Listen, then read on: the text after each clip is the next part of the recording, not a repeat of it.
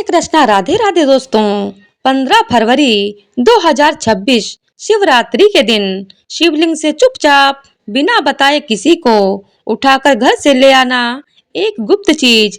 1 महीने में करोड़पति बन जाओगे। नमस्कार दोस्तों, स्वागत है आपका एक और नई वीडियो के साथ आपके अपने चैनल MKR भक्ति कथा में। प्रिय भक्तों, महाशिवरात्रि आने में अब कुछ ही दिन दूर हैं। इस दिन का इंतजार दुनिया भर से सभी भाइयों और बहनों को रहता है। वह दिन आने में कुछ ही दिन शेष हैं। प्रिय भक्तों, इस वीडियो में मैं आपको बताऊंगी कि महाशिवरात्रि पर शिवलिंग की पूजा करने के साथ साथ अगर आप शिवलिंग से यह एक चीज उठा लाते हो और उसका नियम अनुसार उपयोग कर लेते हो तो आपकी जिंदगी माला माल हो जाएगी और आपके पास इतना धन आएगा कि आपके पास कभी धन की कमी नहीं होगी और धन बढ़ता ही जाएगा। प्रिय भक्तों, अगर आप भी अपनी निर्धनता मिटाना चाहते हैं, आपका साल 2025 गरीबी में निर्धनता से गुजरा है, अगर आप भी चाहते हैं आपके घर में खुशहाली बनी रहे, धन प्राप्ति के योग बन जाएं, धन के सारे रास्ते खुल जाएं, तो बस चुपचाप उठा लाना शिवलिंग से एक गुप्त चीज। प्रिय भक्तों, अब आप सोच रहे होंगे ऐसी वह कौन सी चीज है जो शिवलिंग से उठा लाने से हमें इतने लाभ की प्राप्ति होती है। तो वीडियो के शुरू करने से पहले कमेंट बॉक्स में हर हर महादेव अवश्य लिखें, ओम नमः शिवाय। तो प्रिय भक्तों, भाइयों और बहनों, आपसे एक अनुरोध है कि महादेव की इस प्यारी सी वीडियो को पूरा अवश्य देखना, बहुत ही लाभ देगा आपको। अगर आज आप इस वीडियो को अपने हाथ से छोड़ देंगे तो आपको आजीवन निराश रहना पड़ सकता है। यह मौका बार बार नहीं आता, साल में एक ही बार आता है, इसीलिए इस मौके को अपने हाथ से ना जाने देना। प्रिय भक्तों, आपकी जानकारी के लिए बता दें कि महाशिवरात्रि एक विशेष आध्यात्मिक और पौराणिक महत्व वाला पर्व है जिसे भगवान शिव की आराधना के लिए मनाया जाता है। इस दिन शिवलिंग की पूजा करने से अत्यधिक पुण्य और शुभ फलों की प्राप्ति होती है। प्रिय भक्तों, मेरे भाई और बहनों, महाशिवरात्रि वाले दिन शिवलिंग से ये एक गुप्त चीज रूप से उठाकर अपने घर ले आना। तो चलिए भक्तों, अब आपका ज्यादा समय बर्बाद न करते हुए जान लेते हैं वह कौन सी चमत्कारी और गुप्त चीज है जो शिवलिंग से चुपचाप गुप्त रूप से उठाकर ले आना है। लेकिन उससे पहले हम यह जान लेते हैं शिवलिंग की पूजा कैसे की जाती है। शिवलिंग पर शिवलिंग की पूजा करना एक महत्वपूर्ण अनुष्ठान है। शिवलिंग की पूजा करने की विधि आपको इस वीडियो में विस्तार पूर्वक बताएंगे और आपको यह भी समझाएंगे कि आपको शिवलिंग की पूजा किस तरीके से करनी है और ऐसी कौन सी गलतियां हैं जो शिवलिंग की पूजा करने के दौरान नहीं करनी चाहिए। तो चलिए भक्तों, जानते हैं पूजा की तैयारी आपको सबसे पहले कैसे करनी है। कि शिवलिंग की पूजा करने से पहले कुछ तैयारी करनी होती है। सबसे पहले तो जो शिवरात्रि का दिन होता है उस दिन आपको अच्छी तरीके से नहा लेना है। स्नान करने के बाद पूजा स्थलों को अच्छी तरीके से साफ सफाई कर लेना है। शिवरात्रि के दिन सुबह स्नान करें और पूजा स्थल की अच्छी तरीके से सफाई करें। हो सके तो भक्तों, आप ब्रह्म मुहूर्त में उठकर स्नान करें। अगर आप ऐसा कर सकते हैं तो अवश्य करें और अगर आप अपने नहाने वाले पानी में थोड़ा सा गंगा जल डाल लें तो और भी ज्यादा अच्छा होगा, क्योंकि यह बहुत ज्यादा शुभ माना जाता है। अगर आप गंगा जल के साथ स्नान करते हैं तो आपका स्नान स्वच्छ और अधिक पावन माना जाता है। शिवलिंग की सफाई आपको कर लेनी है, अच्छी तरीके से पानी से धो लेना है और सफाई करने के बाद आपको क्या करना है, पूजा की जो सामग्री है उसको एकत्रित कर लेना है। तो चलिए आप वह भी जान लेते हैं कि आपको पूजा की सामग्री में क्या क्या लेना है। सबसे पहले आपको फूल और पत्तियां, फल, दूध, दही, घी, चंदन, भस्म और हो सके तो थोड़ी सी भांग भी आप जरूर रखें। पूजा की सामग्री में, क्योंकि भांग शिव जी को अत्यंत प्रिय है। कहा जाता है कि शिव जी की पूजा में भांग का बहुत ही ज्यादा महत्व है। और एक और चीज बेलपत्र, बेलपत्र का तो बहुत ही ज्यादा महत्व है। हो सके आप जो 3 पत्ती वाला बेलपत्र होता है उसका इस्तेमाल करें। इसके बाद आपको क्या करना है, सभी सामग्री को अच्छी तरीके से एकत्रित इकट्ठा कर लेना है। अब चलिए पूजा की विधि भी जान लेते हैं। आपको इस सामग्री को किस तरीके से पूजा में इस्तेमाल करना है। तो पूजा विधि में सबसे पहले आप शिवलिंग पर दूध से शिवलिंग का अभिषेक करेंगे और उसके बाद आप शिवलिंग पर दही चढ़ाएंगे और उसकी अच्छी तरीके से अभिषेक करेंगे। दूध और दही चढ़ाने के बाद आपको क्या करना है, शिवलिंग पर फिर से थोड़ा सा स्वच्छ पानी डाल देना है। इसके बाद जो आपका गंगा जल है उसको डाल देना है और अच्छी तरीके से स्वच्छ कर लेना है। अब इसके बाद आपको फूल और पत्ती लेना है, उनको चढ़ा देना है। उसके बाद फल चढ़ाएं। शिवलिंग पर फल चढ़ाने के बाद आपको घी को शिवलिंग के ऊपर चढ़ा दें। अब इसके बाद आपको जो चंदन होता है उसको आपको अपनी हथेली पर घिस लेना है और उसके बाद आपको शिवलिंग पर तिलक करना है। तिलक करने के बाद आपको चावल लेना है। प्रिय भक्तों, आपको चावल एकदम लंबे और बिना टूटे हुए लेने हैं। एकदम स्वच्छ चावल लेने हैं, यानी कि चावल खंडित नहीं होने चाहिए। खंडित चावलों का इस्तेमाल किसी भी पूजा में वर्जित बताया गया है। शिव जी की पूजा में भी चावल हमेशा बड़े वाले और एक भी चावल टूटा फूटा नहीं होना चाहिए। एकदम बड़े बड़े साबुत चावल होना है।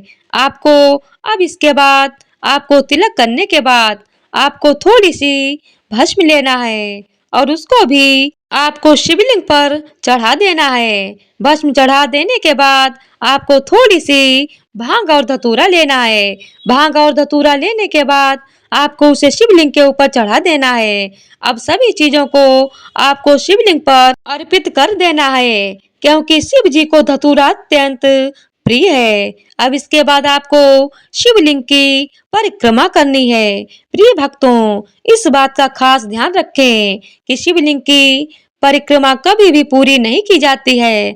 शास्त्रों में शिवलिंग की परिक्रमा के लिए कुछ नियमों का उल्लेख किया गया है। शिवलिंग की परिक्रमा हमेशा बाईं ओर से शुरू करनी चाहिए। इसके बाद आधी परिक्रमा करके फिर लौटकर उसी जगह वापस आ जाना चाहिए जहां से परिक्रमा शुरू की थी। परिक्रमा बाईं से शुरू करें, यानी वाम दिशा से आधे चक्र तक जाएं, यानी गौमुख से पहले रुकें, फिर वापस मुड़कर उसी मार्ग से लौटें। गौमुख के पीछे से कभी न जाएं और शिव जी के दाएं आकर फिर से गौमुख से पहले रुककर परिक्रमा समाप्त करें। जिस स्थान से शिवलिंग का जल प्रवाहित होता है उसे जलधारी, निर्मली और सोमसूत्र कहते हैं कि शिवलिंग पर जल चढ़ाने के बाद उसे कभी नहीं लांघना चाहिए। अगर आप गलती से भी ऐसा करते हैं तो जलधारी की ऊर्जा मनुष्य के पैरों के बीच से होते हुए शरीर में प्रवेश कर जाती है। इसके चलते शरीर में शारीरिक और मानसिक बीमारियां हो सकती हैं और अनेक प्रकार का दोष लगता है। लिंग के पिछले भाग को, जहां से जल निकलता है, यम दिशा कहलाता है और वह गौमुख कहलाता है। शास्त्रों में लिखा है कि गौमुख के पीछे से जाना मृत्यु को आमंत्रण देने जैसा है। इसीलिए शिव भक्त उस भाग की परिक्रमा नहीं करते। शिव पुराण के रुद्र संहिता अध्याय 11 में बताया गया है कि शिव की परिक्रमा करते समय गौमुख से दूर रहना चाहिए, क्योंकि यह मृत्यु मार्ग का प्रतीक है। गौमुख को पार कर परिक्रमा करने से दोष लगता है और पूजा निष्फल हो जाती है। पद्म पुराण के अनुसार शिवलिंग की परिक्रमा बाएं से शुरू कर आधे चक्र में दाहिनी ओर समाप्त करनी चाहिए। आधी परिक्रमा विनम्रता और मर्यादा का पालन है। यह दर्शाता है कि भक्त भगवान के चरणों में झुकता है, लेकिन उनकी संघर्ष शक्ति को पार नहीं करता। यह आस्था सुरक्षा और मर्यादा का प्रतीक है। आपको परिक्रमा करते हुए अपनी मनोकामना को बोलना है। अब इसके बाद आपको आरती करनी है। भगवान शिव की आरती करें और इसके बाद आपने जो भी भोग भगवान शिव के लिए बनाया है, भगवान भोलेनाथ को भोग लगाकर उसको सभी लोगों में वितरित कर दें। यहाँ पर कुछ महत्वपूर्ण बातें हैं जो आपको व्रत के दौरान ध्यान रखना है। शिवरात्रि का व्रत रखना एक महत्वपूर्ण अनुष्ठान है। भगवान शिव के मंत्रों का जाप अत्यंत महत्वपूर्ण है। अगर आप व्रत रख रहे हैं तो आपको भगवान शिव जी के मंत्रों का जाप करना चाहिए। आप ओम नमः शिवाय और ओम त्रिव्यंक्यम यजामहे सुगंधित पुष्टि वर्धनम उर्वारुक्मि वंदनात् मृत्यु मोक्ष मामृतात्। आप इन मंत्रों का जाप करें। इन मंत्र को जाप करते हुए आपको पूजा करनी है। भगवान शिव का ध्यान करें। अपनी व्रत की सफलता के लिए लोग शिवलिंग पर बेलपत्र चढ़ाते हैं। बेलपत्र चढ़ाते समय आपको यह ध्यान रखना है कि बेलपत्र में 3 पत्ती होनी चाहिए और बेलपत्र कटी फटी नहीं होनी चाहिए। अगर बेलपत्र 2 दिन पुराना है तो भी चल जाएगा, क्योंकि बेलपत्र को बासी नहीं माना जाता। बेलपत्र को स्वच्छ जल से धोकर शिवलिंग पर अर्पित करने से शिव जी की पूजा संपूर्ण हो जाती है।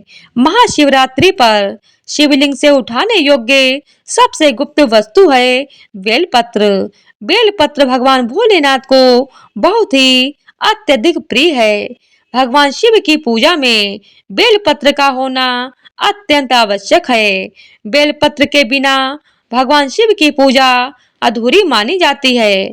पुराणों और शास्त्रों के अनुसार यदि कोई व्यक्ति महाशिवरात्रि के दिन विधि पूर्वक पूजा करने के बाद शिवलिंग पर अर्पित बेलपत्र को श्रद्धा पूर्वक उठाकर अपने पास रखता है या उसका उपयोग विशेष अनुष्ठानों में करता है तो उसे विशेष लाभ प्राप्त होते हैं। महाशिवरात्रि के दिन शिवलिंग से बेलपत्र उठा लाने से आपको विभिन्न प्रकार के लाभ होते हैं, जैसे कि धन और समृद्धि में वृद्धि। महाशिवरात्रि पर शिवलिंग पर चढ़ाया गया बेलपत्र अत्यंत पवित्र और ऊर्जा से युक्त माना जाता है।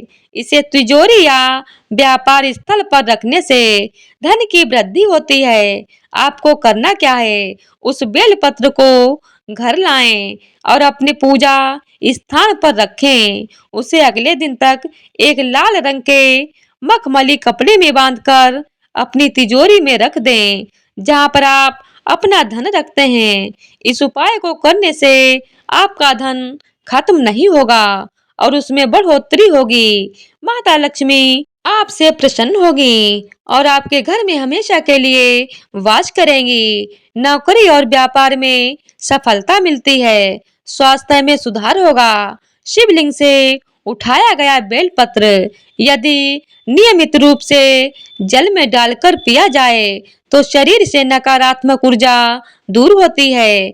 यह मानसिक शांति प्रदान करता है और अवसाद डिप्रेशन कम करता है। आयुर्वेद में भी बिलपत्र का उपयोग अनेक औषधीय गुणों के लिए किया जाता है। शिवलिंग पर जो बेलपत्र शिवरात्रि के दिन चढ़ाया जाता है वह अमृत के समान तुल्य होता है। अगर आप बेलपत्र को अपने घर ले आते हैं और उसका उपयोग आप किसी भी बीमारी में कर सकते हो, कोई भी बड़ी से बड़ी बीमारी क्यों ना हो, कुछ ही दिन में आपको धीरे धीरे राहत मिलनी शुरू हो जाएगी। लेकिन इसके साथ आपको अपनी दवाइयाँ भी जारी रखना है। पारिवारिक सुख और शांति, इसे घर में पूजा स्थान पर रखने से घर में सुख शांति बनी रहती है। पति पत्नी के संबंधों में मधुरता आती है। संतान सुख की प्राप्ति होती है।